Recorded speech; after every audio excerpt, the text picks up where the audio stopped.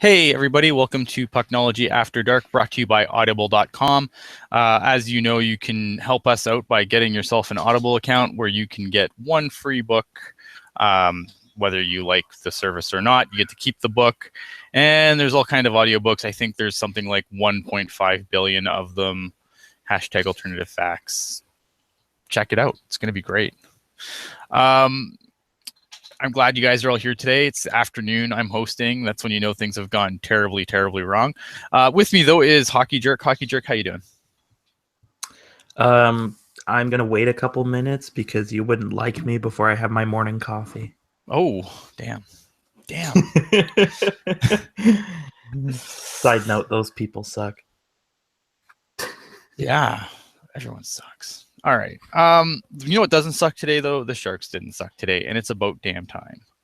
The Sharks, after giving up an early goal, and even though they outshot the Devils a bajillion to one in the it wasn't a bajillion to one, but it was a pretty significant shot differential in the first period, and the Sharks still managed to come out down by a goal, even though they had some 5-on-3s, they had some power plays. You know how it is. What quick thoughts on the game? What do you think? I thought this was one of those games where the Sharks were in it, the whole game, with a couple exceptions. I don't think there were really any times where they were very clearly outworked, save for maybe the first period. I thought after Brent Burns' first goal, it was all Sharks from the rest of the for the rest of the time. But man, Corey Schneider just keeps showing how good he really is. Yeah, I mean, when I was looking at the team, I tweeted this out too, and I was, and I apologize for being so salty this weekend. I've probably burned the candle a little hard on both ends of it, and it's probably affected my mood a little bit. And by a little bit, I mean a lot. But I tweeted out something like, this game, this is going to be one of those games like they had against Scrivens at Edmonton that one game where they put like a bajillion shots on goal and couldn't get one through. Thankfully, I was wrong, but after that first period, man, that's what I was thinking. And then we come back from the when the game starts, and then Randy kind of said the same thing, so I felt a little validated there for my saltiness. Yeah, I mean, Brent Burns scores that goal, and after that, it was pretty much all Sharks. I mean, this is the team that we know the Sharks to be at this point in the season. Yeah, they even before this little stretch where they've lost, 4 in a row or what have you, they've won, I believe, 8 of their last 10 or something like that, which is, Yep. I mean, any team that wins 8 of their last 10 more often than not is a good team.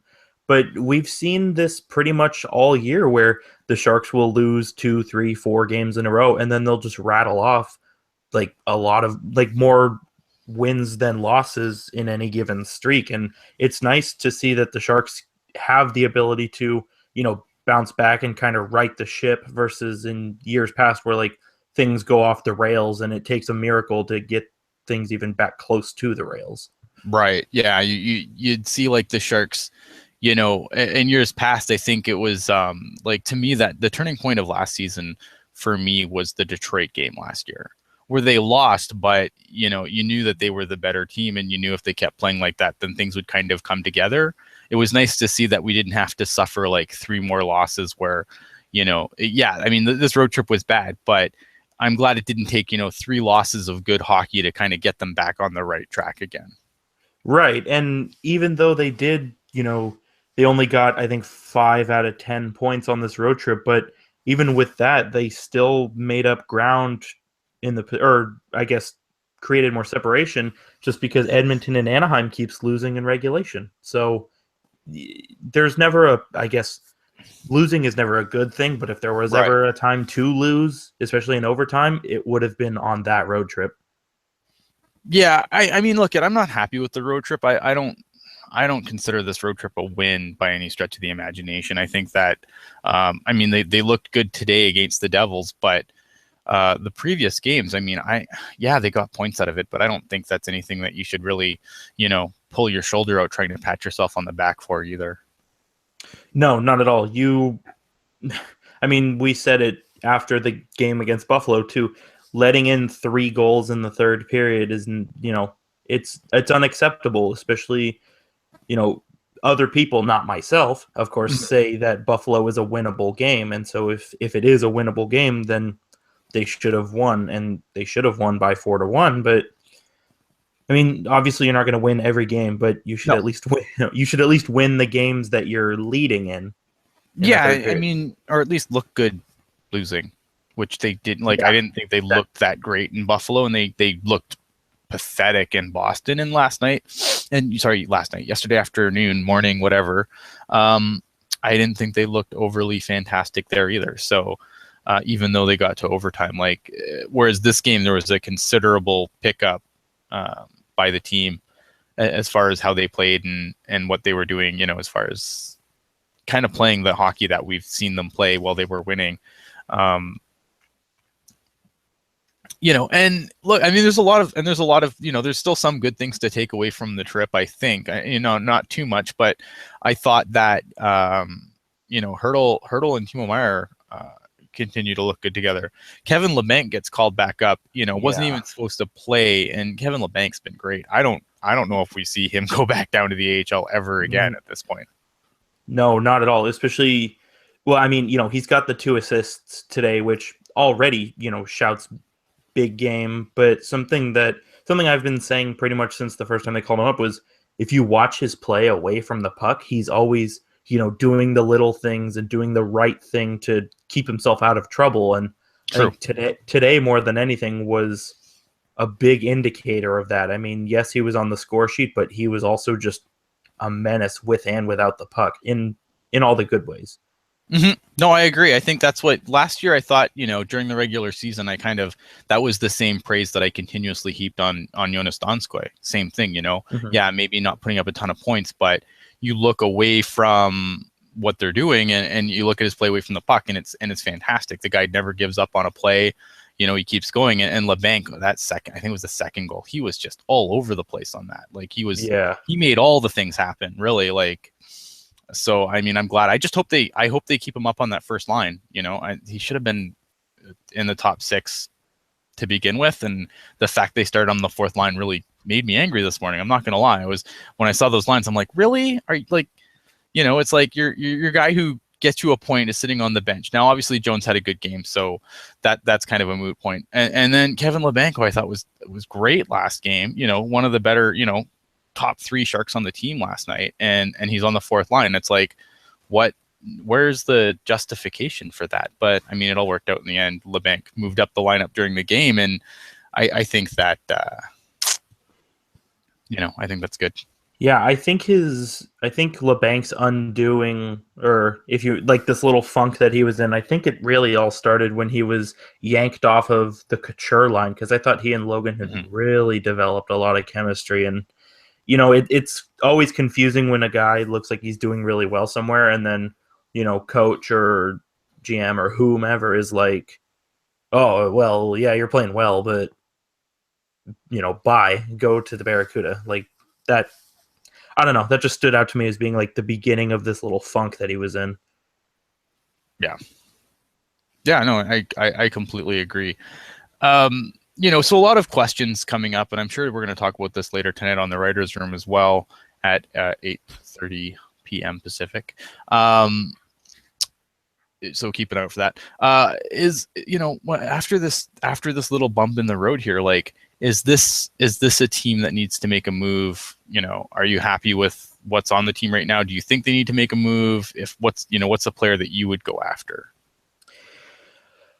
It's hard to say, because the guys that I felt should have been moved out at the deadline or before have already been moved out. Wingles, Nieto. Um, I think just in general, everybody needs to elevate their level of play a little bit. I mean, you want a guy like Ward and a guy like Bodker and even a guy like Timo Meyer to score, maybe not like every game, but just every, couple games, at least put up some points, or at least put up a good effort. I think if the Sharks do have to trade for somebody, I'm really looking at somebody who's like super low risk but has a high upside. Somebody like, like PA Parento, who we saw today, or even Redeem Verbata on the Coyotes, and you look at both of them, close to the top of their teams in goals, and they're making like practically nothing. So Mm-hmm. those are definitely guys you could fit into your salary cap, whether it's retained salary or sending a guy down or any of that. Yeah, no, I completely agree. I think those are the kind of players that I would look at to target. I think we talked about this a little bit yesterday as well. Obviously, look, you don't want to break the bank. Like, you don't want to break the bank, I think, for this run. I don't know how confident are you on this team going to the playoffs? Because, I'm not. I don't know. I'm not confident that this is good, a team that can push 4 rounds through again. I think this team is really good defensively. I think this is probably the best D core they've ever had, and it's probably top 5 D cores in the entire league. And obviously, we know the story with Martin Jones, Mm-hmm. and I really look back to their inability to score goals. I mean, you look at after the All-Star break last year, the Sharks were one of the top teams in scoring goals, and I think they were averaging just under 3.5 goals a game versus this year. It feels like some games we're lucky if we score 2. And then, obviously power play is factored into that. And the silver lining in all of this is, like I said, at least the defense has been good enough to make up for the lack of goal scoring. But Right. like I said, if the guys we have don't start heating up, then we may be forced to bring in somebody from the outside.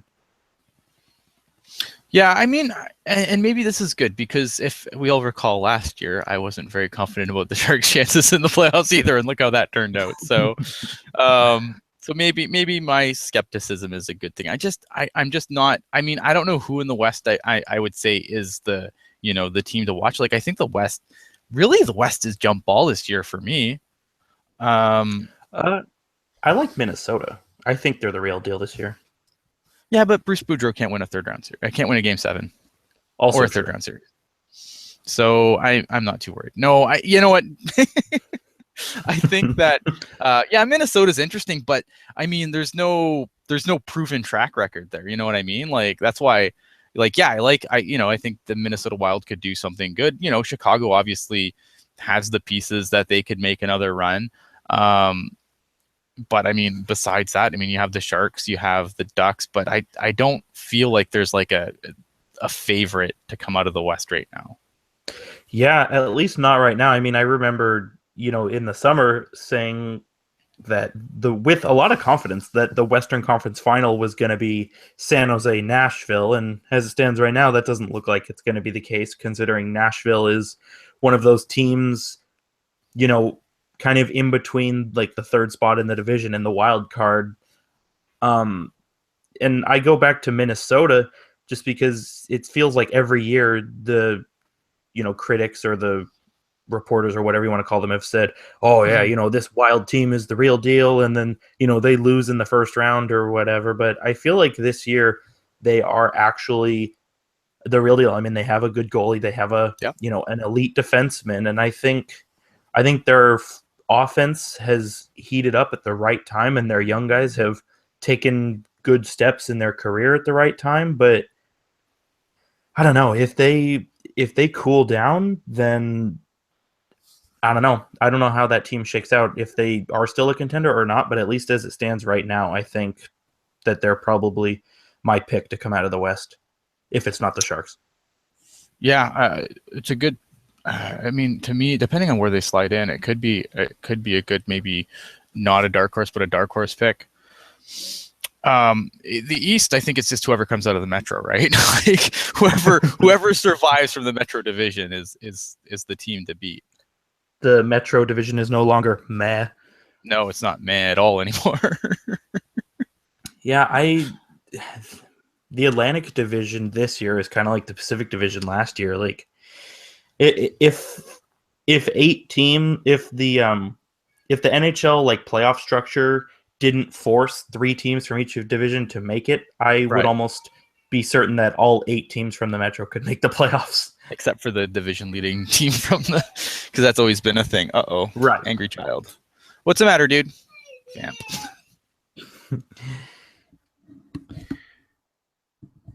So the Sharks, they got the win, but again, I'm gonna borrow the drum from my good friend Mr. AJ Strong. Face-offs again. I don't have the stats on front of me, but I believe they were under 50%, Ian. I'm gonna look that up right now as we speak because I should have the stats in front of me, but I don't. Worst host ever. Not only that, but to borrow another drum. No, it's 50-50. 50-50? Okay, well, little victories, I guess. Better to be even than to be, below. But that and the power play, 0 for 6, I believe it was. I mean, it's easy to go, 0 for 1 or 0 for 2 and be like, okay, well, the Devils' PK is just whatever. But to go 0 for 6 against the worst penalty kill in the league, like something is going wrong here. Yeah, that's the one thing where I just can't help but scratch my head and go, what's wrong? Like, I don't get it. That you had the 5-on-3, which looked pretty toothless, to be completely honest. I don't understand it. Like, I don't know what they need to do. They need to change it up. You have to wonder, like, if the Sharks, if the Sharks did, and I'm not saying they will, but if they did bow out the playoffs early and the playoffs, if the power play continues to suck, is Bob Bugner on his way out? Like, as you see a situation where maybe Doug Wilson, maybe goes, sends a message that way by removing some assistants?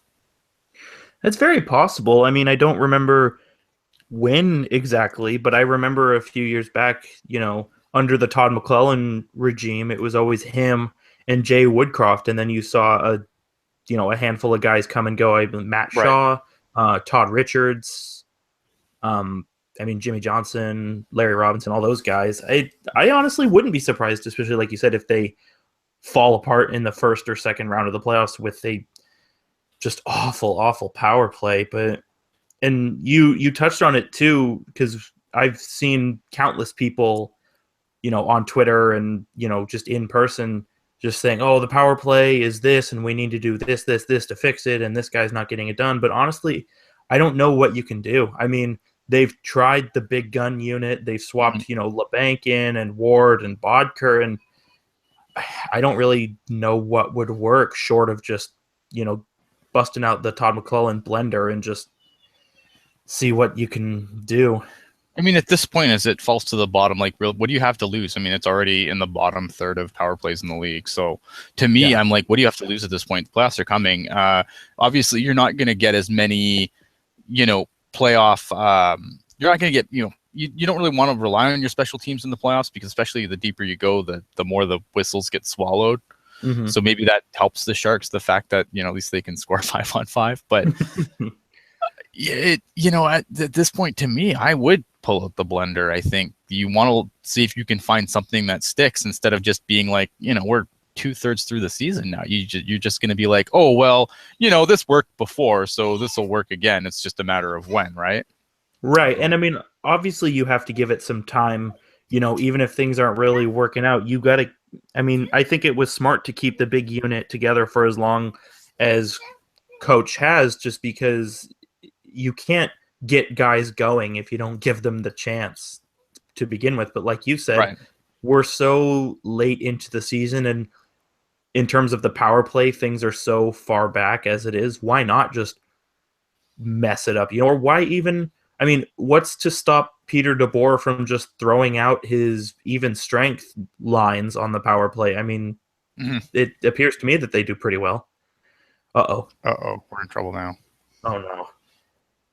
Kevin Lacey, what's going on? Hi guys. I was sitting around trying to get ready for the show, and then I was like, oh, yesterday I was told I'm not allowed to ever be on After Dark again if I don't wear the turtleneck. So I actually, for you guys, reorganized what I was wearing and put a turtleneck on just for you. I am Kevin Lacey 22.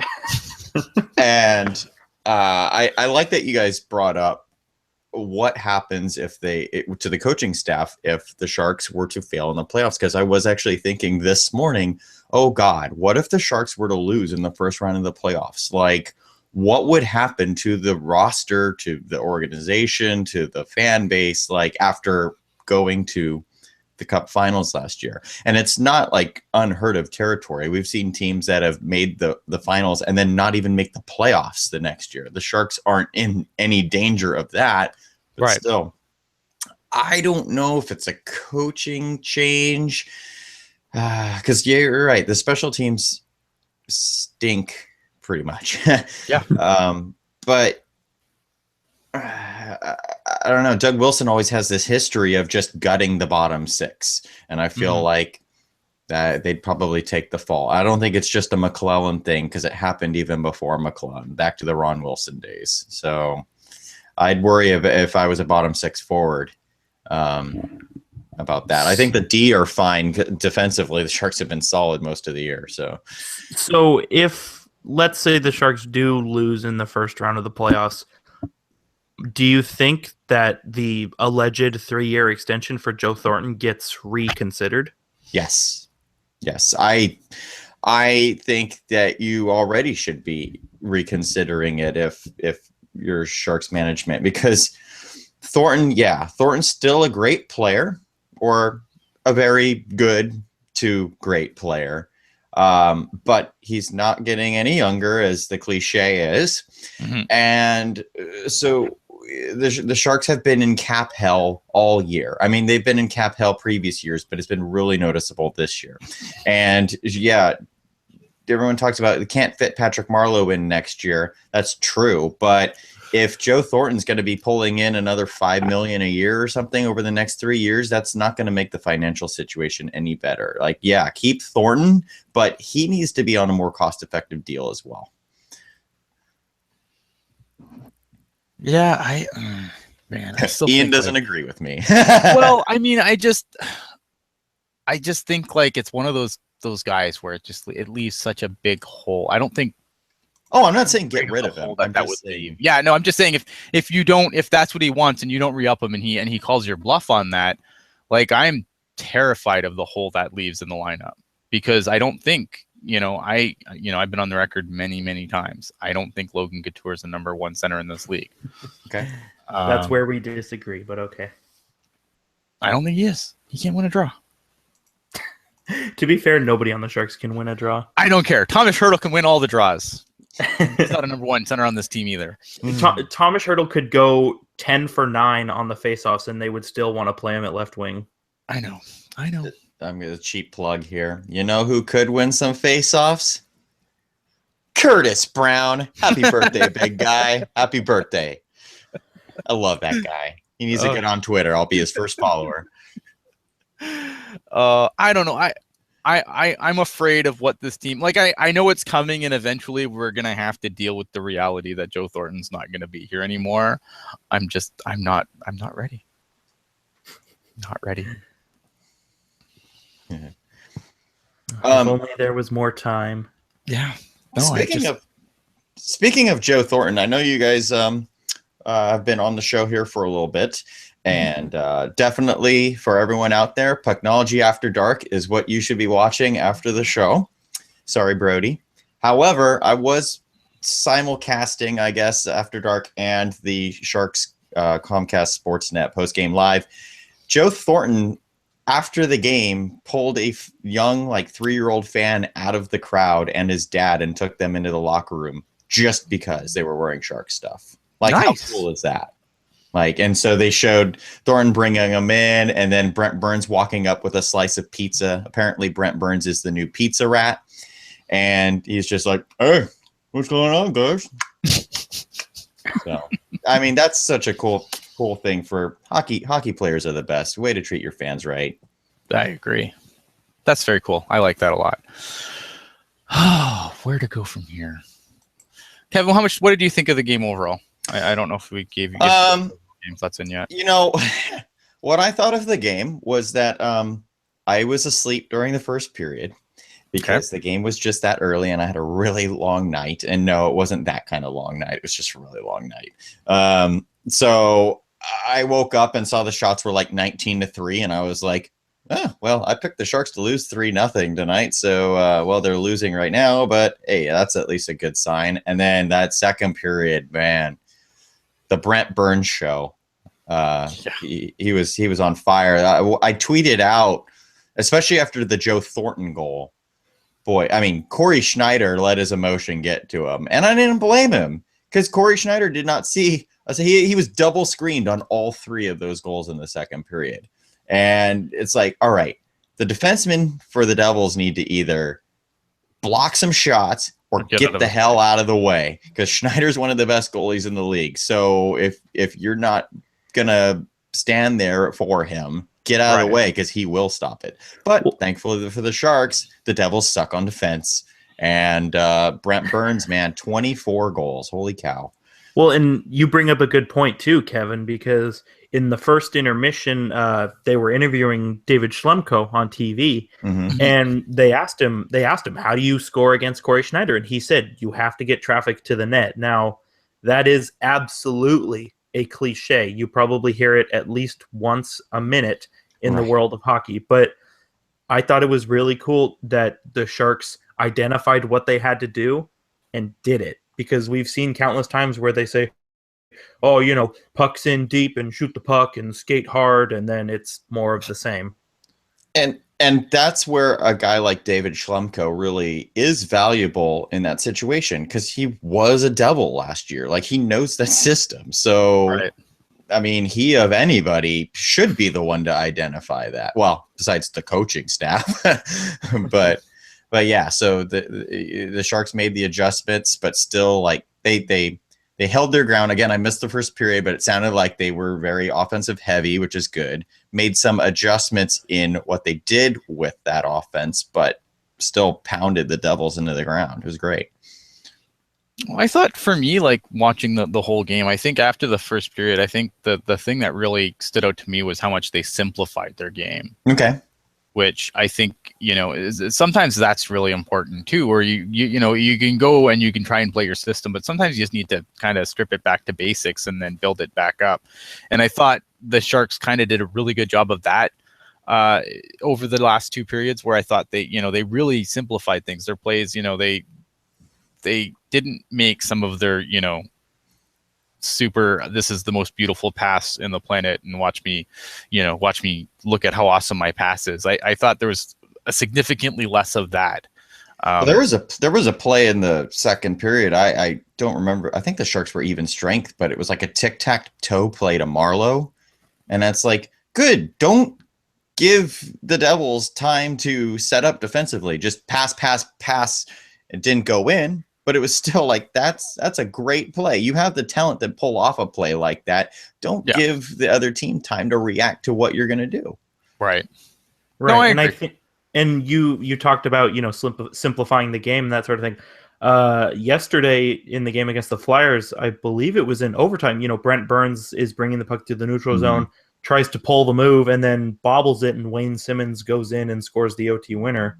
And it's stuff like that you don't want to see. Let's look in the chat here quickly. Setaguchi on waivers. Is he? Hard pass. Yeah. Bring him home. Hard pass. Joe Thornton is talking to Doug Wilson like, I'll take a little bit less money in the off season if you bring my buddy back. Do we really need another, do we need more Mikhail Bodker though? Hey, but this particular Mikhail Bodker is at a very cap-friendly deal.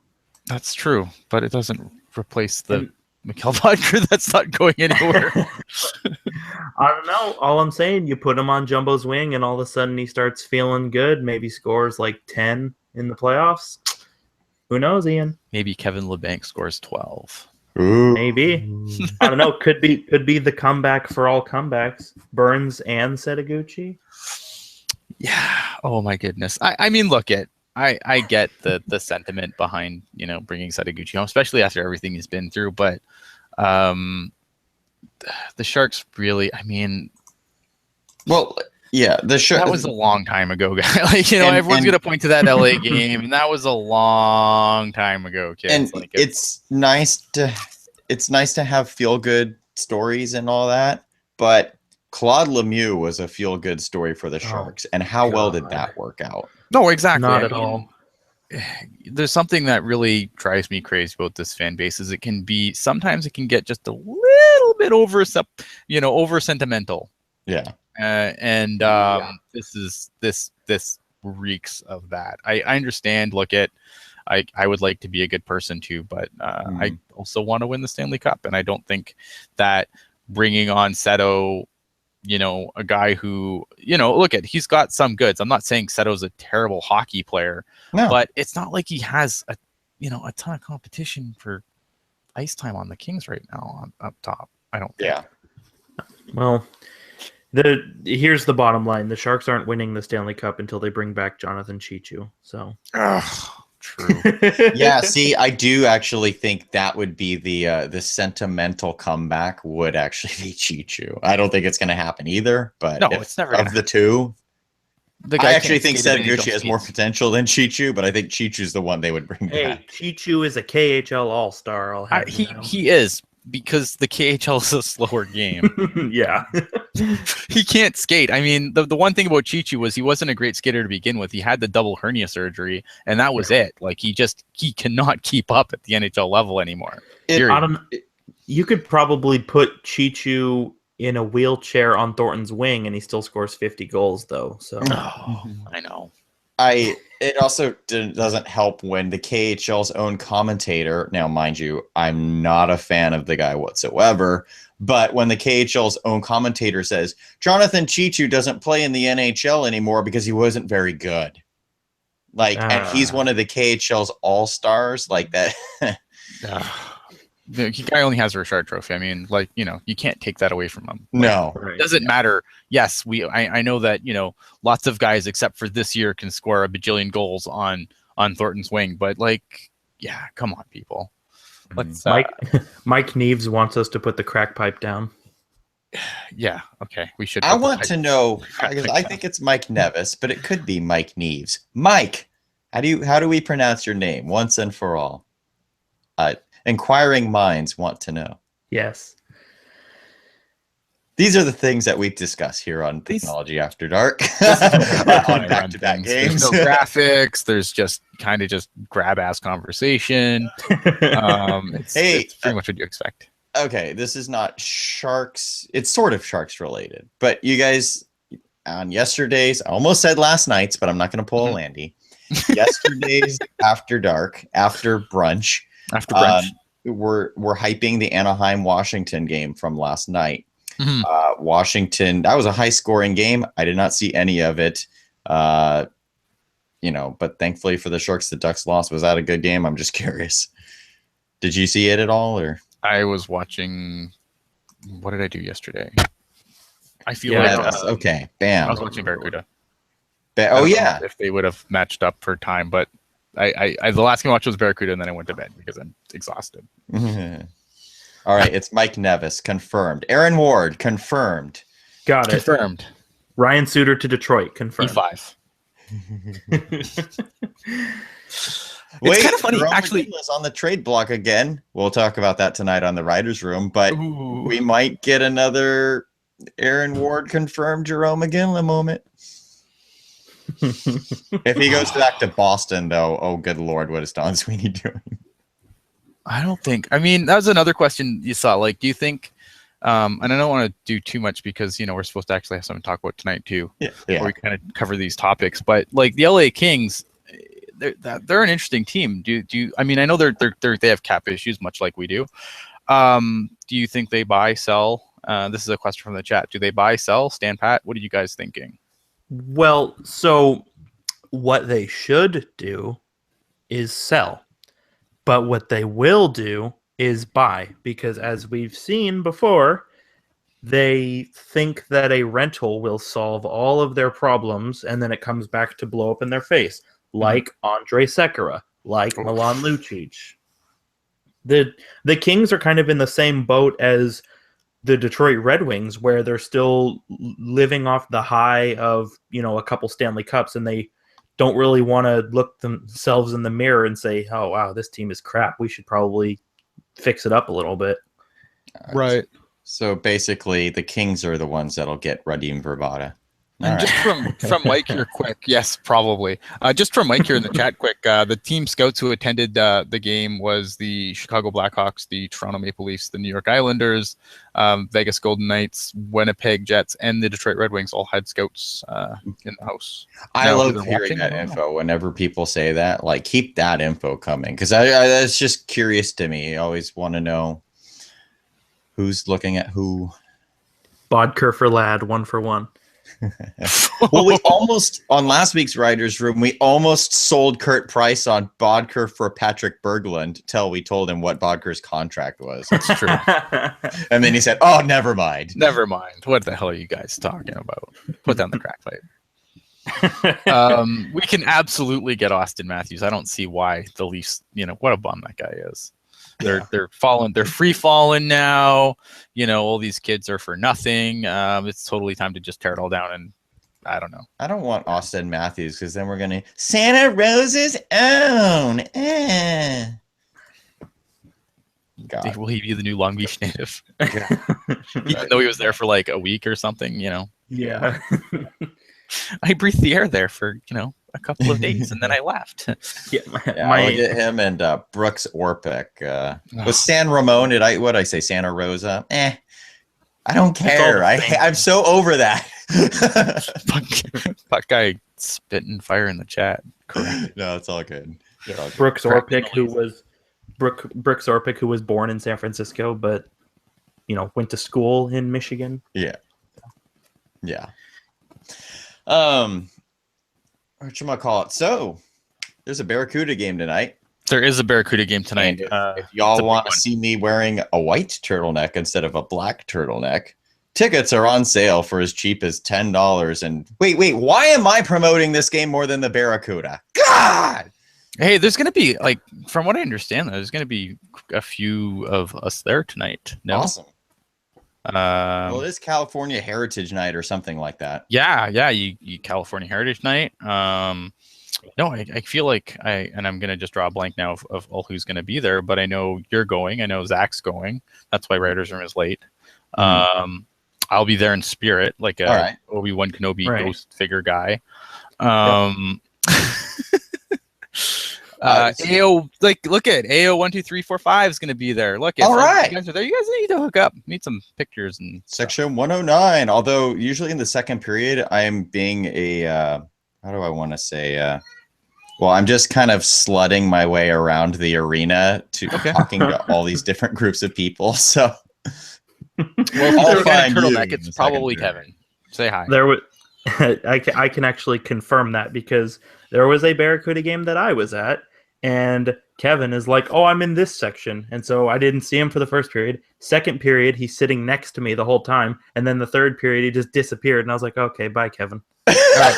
Yeah, Christine's gonna be there too. Look, you guys all need. We need nice of people watching Barracuda games. Nice. Pucknology takes over the arena. You can watch me almost win Chuck-a-Puck like I've done 3 times this year. Well, I did actually win once, but twice. Oh man, I always seem to be that last roll that everyone goes. I think somebody that you might not be a fan of might be rigging Chuck-a-Puck, Kevin. Uh-oh. Damn it, Brendan. Hashtag Lacey for CUDA PA. All right, so let's wrap this up. We're gonna look forward to our next game, which is Wednesday night in SAP Center versus the Florida Panthers. Florida's actually kind of turned around a little bit since their little coaching. Well, not really. I don't think it's the coaching firing so much as it's getting Huberdeau back and Barkov back. And, what do you guys think of this game against Florida? Well, back on the Christmas non-PWR that I did by myself. Nice. I was talking about how when you get these stars like Jaromir Jagr, these legends of the game that come into town, you need to go and see them. So, folks, Florida is not a big draw, but Jagr should be. So go out to the game for one. I think that the Sharks, this win was crucial, but Yeah. I think back to the other, I would say, low point of the season for the Sharks, and that got snapped on a win against the Devils 4-0 at home. So I'd like to think that this, again, is a turnaround here, and Florida had better watch out. Florida has been a lot better under Tom Rowe, which I say begrudgingly, but I still don't believe in them, and I think that they need to watch out, because if the Sharks play like this again, ooh boy, it's going to be a fun night to attend, and not just because of Yager. I feel like every, shitty team in the Eastern Conference has been on a good run lately, no? Yeah, I mean, there's 7 points that separates the bottom from the second wild card seed. Well, we know Detroit's not going to make it, so we can just eliminate them from that conversation right altogether. To Buffalo too, but that's me. I don't know. I mean, well, yeah, maybe you're right. I don't know. The East is stupid. The East is stupid, and yeah, definitely. I mean, that's a topic we're gonna seriously hammer tonight on the writers' room for sure. So, 8:30 tonight. Come back for that. Don't come back here because it won't be on this channel. It'll be on our channel. You just do the little search boxy in the YouTube and go Pucknology Writers Room, and you'll find us. It's gonna be sweet. Christine brought up a good point that somehow the Sharks and Panthers game is going to be the NBC Wednesday night rivalry. The epic rivalry between the Panthers. If I just go back and think of all those playoff series and all those messy, I just can't. I don't games. didn't Jaromir Jagr cut in front of Joe Thornton in the applesauce line at the retirement home? Or? That they're gonna have to throw down. Maybe. I mean, the only maybe interesting thing is if Reimer gets the start. Oh, well, yeah. Play him a video. Yes. Dude, play him a video of just his mask. His mask is awesome. Oh, by the way, congrats, James Reimer. You just had another kid. So, James. Oh, hey, good for you. Congrats. Way to populate the planet. Soon, Joe Thornton will be taking your kid out of the crowd to come down to the locker room. It won't be hard to find. There's no other fans in Florida. Oh, I went there. Oh, Puck guy with the gold. It all started when the Sharks traded Garpenlov and Duchesne in 1995. Gaetan Duchesne, did he just say that? Yeah. I remember a time when Ray Shepard was traded to the Panthers and the heated rivalry. Yeah. Wow. Awesome poll, Puck guy. That's an excellent poll. And then the weekend games they have next weekend is a pretty light Sharks week this week. On Arizona, they have a 5 p.m. Pacific start against the Arizona Coyotes in Arizona, and then they will finish before the bye week against the Boston Bruins, looking for, I would hope, revenge on both teams. And then it's the bye week, and then I don't know what I'm going to do with myself. There's going to be a lot of writers' room and pucknologists during the bye week. Yeah. We'll figure something out. That's a good point. I know. Puck guy has some stuff in the oven. I'm going to be just looking to get some chill time in there, though. I'm not going to lie. Mm-hmm. That's a good thing that you brought up. Obviously, if you like this show, if you like all our shows, you can always find them on our audio stream, which is on Google Play, SoundCloud, Stitcher, iTunes, MySpace, everything. It's everywhere. If you can't find it, yes, the Pucknology match game will be played during the bye week so that you guys have something to do and we won't leave you completely hanging. Ooh. Other than that, though, I mean, that's pretty much it. I don't think there's much more to talk about. Pucknology game show week. Yeah, this is gonna be epic. All right, baking a pie. Yes. Watch the writers' room tonight. A little bit later start because of the Barracuda game, but it just, with my schedule, it was pretty much the only option to do it. Was later, so watch that. I'm hoping everyone's going to be here because I'm going to be up super late so that we can do this thing and then go to school really early in the morning. Other than that, subscribe, hit up Audible, help us out. Other than that, good night. Have a good afternoon, good night, whatever. We'll see you later tonight, basically. Yeah. I'll see you later. Bye.